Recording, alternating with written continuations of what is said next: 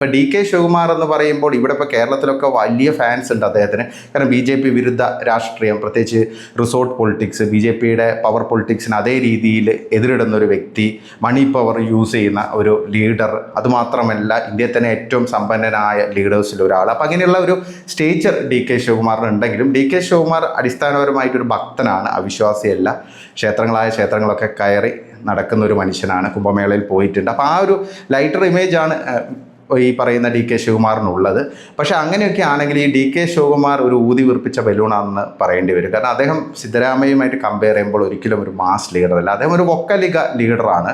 അതിൽ തന്നെ ബാംഗ്ലൂർ റൂറൽ, ബാംഗ്ലൂർ, പിന്നെ ഔട്ട്സ്കേർട്സ്, ആ മേഖലയിലാണ് അദ്ദേഹത്തിന് കാര്യമായിട്ടുള്ള സ്വാധീനമുള്ളത്. സ്വാഭാവികമായിട്ടും കോൺഗ്രസിൻ്റെ അധ്യക്ഷനാണ്, മികച്ച ഓർഗനൈസറാണ്, അതൊക്കെ ഒരു വസ്തുതയാണ്. പക്ഷെ ഒരിക്കലും സിദ്ധരാമയ്യക്കുള്ള രീതിയിലുള്ള ഒരു അപ്പീൽ, പ്രത്യേകിച്ച് OBC, SC ST വിഭാഗക്കാർക്കിടയിൽ, പിന്നെ ന്യൂനപക്ഷങ്ങൾക്കിടയിൽ, അത് ഡി കെ ശിവകുമാറിന് കർണാടകയിലില്ല എന്നതാണ് ഒരു വസ്തുത.